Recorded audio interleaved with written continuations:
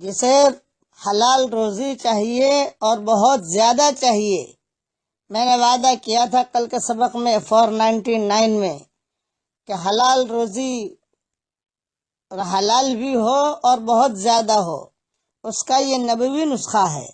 پہلے حدیث شریف جو ہے وہ دھیان سے سنیے، میں صرف ترجمہ پڑھتا ہوں، عربی متن نہیں پڑھتا۔ امام مالک رحمۃ اللہ علیہ نے حضرت عبداللہ ابن عمر رضی اللہ تعالیٰ عنہما سے روایت کیا ہے کہ ایک روز ایک آدمی حضرت محمد صلی اللہ علیہ وسلم کے دربار میں حاضر ہوا اور عرض کیا کہ یا رسول اللہ صلی اللہ علیہ وسلم، دنیا نے میری طرف سے پیٹھ پھیر لی ہے اور منہ بھی پھیر لیا ہے، یعنی برکت نہیں ہوتی، مال نہیں ملتا، روزی نہیں ملتی، کشادہ نہیں ملتی۔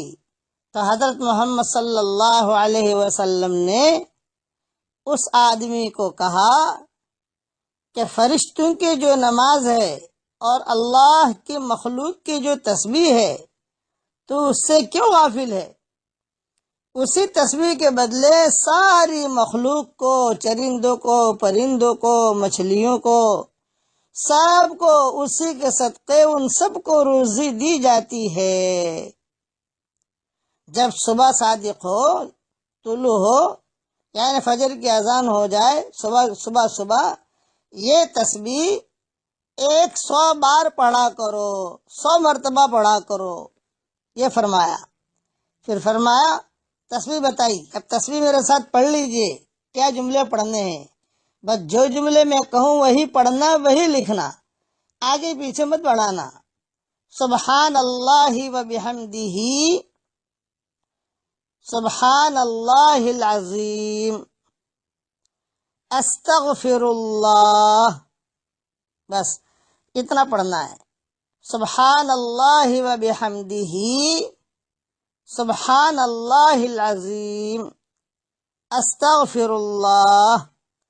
حضرت محمد صلی اللہ علیہ وسلم نے آگے ارشاد فرمایا، تأتیک الدنیا صاغرہ، دنیا تیرے پاس ذلیل ہو کر آئے گی۔ بس وہ صحابی نے حضور صلی اللہ علیہ وسلم کا یہ ارشاد سنا اور واپس آتے ہی جو ہے یہ پڑھنا شروع کر دیا۔ بس اس میں 2 چیزیں ہیں، 100 مرتبہ پڑھنا ہے ایک، دوسرا صبح پڑھنا ہے۔ یہ خبر رکھنا، جو حدیث میں جملے ہیں، ایک صبح جیسے صبح مائیں بہنیں چائے بنانی شروع کر دی ہیں تو اس میں جو ہے صبح اپنا کرنا شروع کر دے، بعد جگہوں پر صبح لسیاں بناتی ہیں خواتین، تو پڑھنا شروع کر دیں۔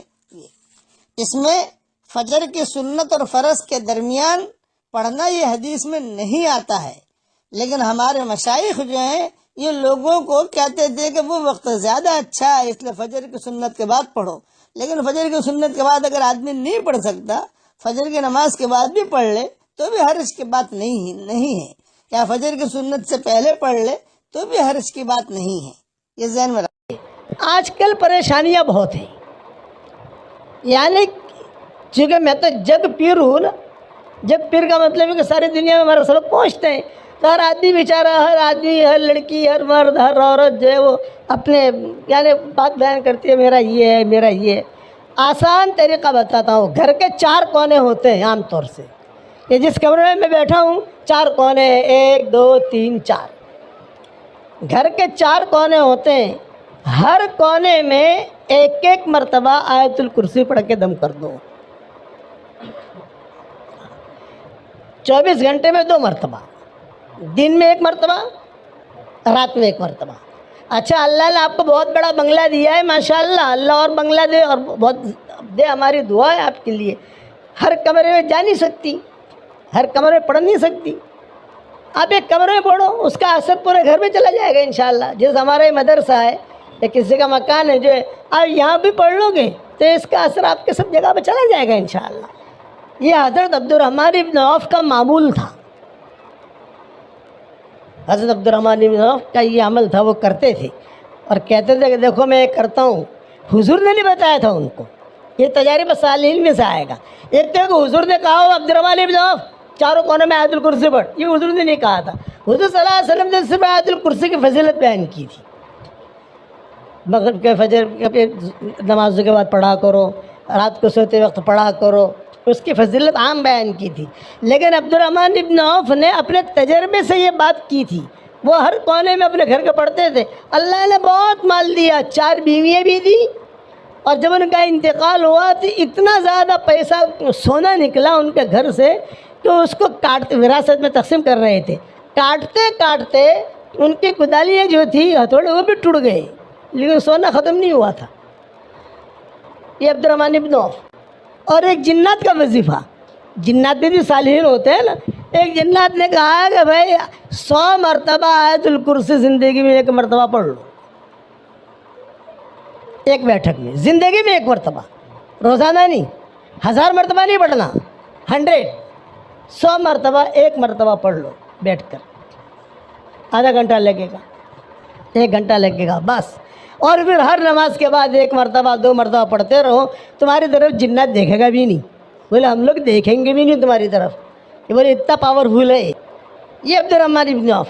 کیا مال بھی اللہ نے بہت دیا، اور ان کا معمول تھا یہ، میں نے بکھرے موتی میری کتاب ہے، یہ آپ کے ہاسوڑ میں بھی ہوگی، کئی خواتین کے پاس بھی ہوگی، 12-13 جلدیں آ گئی ہیں اس کے الحمدللہ، اس میں میں نے مضمون لکھا ہے کہ عبد الرحمن ابن عوف کا یہ معمول رہا تھا کہ اپنے گھر کے چاروں کونوں میں آیت الکرسی پڑھتے تھے۔ آپ اگر یہ معمول بنا لو گی انشاءاللہ تو جنات، جادو، نظر، حسد سب بھاگ جائے گا۔ ہمارے خاندان میں ایک خاتون تھی، بہت بیمار رہتی تھی، تو مولانا یوسف صاحب رحمۃ اللہ علیہ خواب میں آئے اور مومن کا ہتھیار دکھائی، تو بہت پریشان ہے، تجھے کینسر ہے اور بہت ٹینشن میں رہتی ہے، تجھے جو علاج کرانا ہے کرا، لیکن یہ کتاب مضبوطی سے پکڑ لے۔ مومن کا ہتھیار دکھائی مولانا یوسف صاحب رحمۃ اللہ علیہ نے کہ یہ کتاب پکڑ لے۔ اب وہ دیکھا تو ارے یہ تو مولانا کی کتاب ہے، منگوائی الحمدللہ، اور منگوانے کے بعد جو اللہ کے کرم سے ٹھیک ٹھاک ہے، چل رہی ہے ماشاءاللہ۔ اس لیے مومن کا ہتھیار بھی پڑھو، اور یہ آیت الکرسی والا عمل بھی میری طرف سے میں ہدیہ دیتا ہوں آپ کو، اسے کرو آپ اپنے گھر کے چاروں کونوں کے اندر، خالی پڑھنا شروع کرو۔ کچھ باتیں میں بتاتا ہوں، دھیان سے سنو۔ یہ میرے جو وظیفے ہیں یہ جاندار، شاندار، مالدار، دیندار، ایماندار وظیفے ہیں۔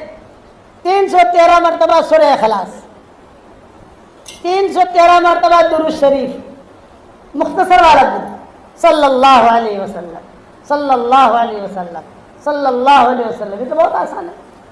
313 مرتبہ استغفار، اللہم اغفر لی، اللہم اغفر لی، اللہم اغفر لی، یہ تو سب لوگوں کے لیے ہے، ساری دنیا کے لیے ہم نے اسے عام کر دیا ہے۔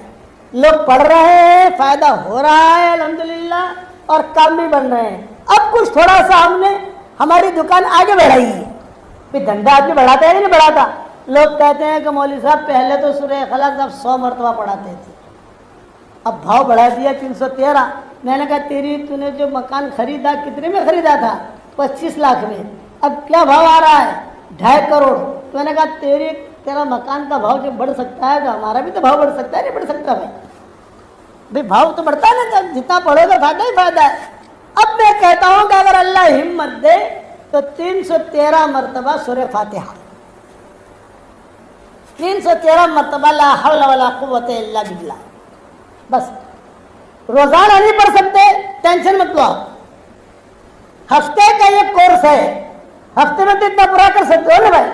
ایک دن سورہ اخلاص پڑھ لو، ایک دن درود شریف پڑھ لو، ایک دن استغفار پڑھ لو، ایک دن جو ہے سورہ فاتحہ پڑھ لو، ایک دن جو ہے لا حول ولا قوت الا باللہ پڑھ لو، پھر بھی 2 دن چھٹی کے ملتے ہیں کہ بھی آگے پیچھے ہو گیا تو اس میں تھوڑا سا پورا کر لو، اتنا تو کر سکتے ہو نہیں کر سکتے؟ یہ ٹاپ 1 ہے، ٹاپ 1 اتنا کر لو گے انشاءاللہ، اس کے بعد اس کے فائدے دیکھو گے آپ کہو گے ارے اللہ روزے میں بھی برکت دے گا، اللہ تعالیٰ دعائیں بھی قبول کرے گا، اللہ پریشانیاں بھی دور کرے گا، اللہ سے جو مانگو گے اللہ دے گا۔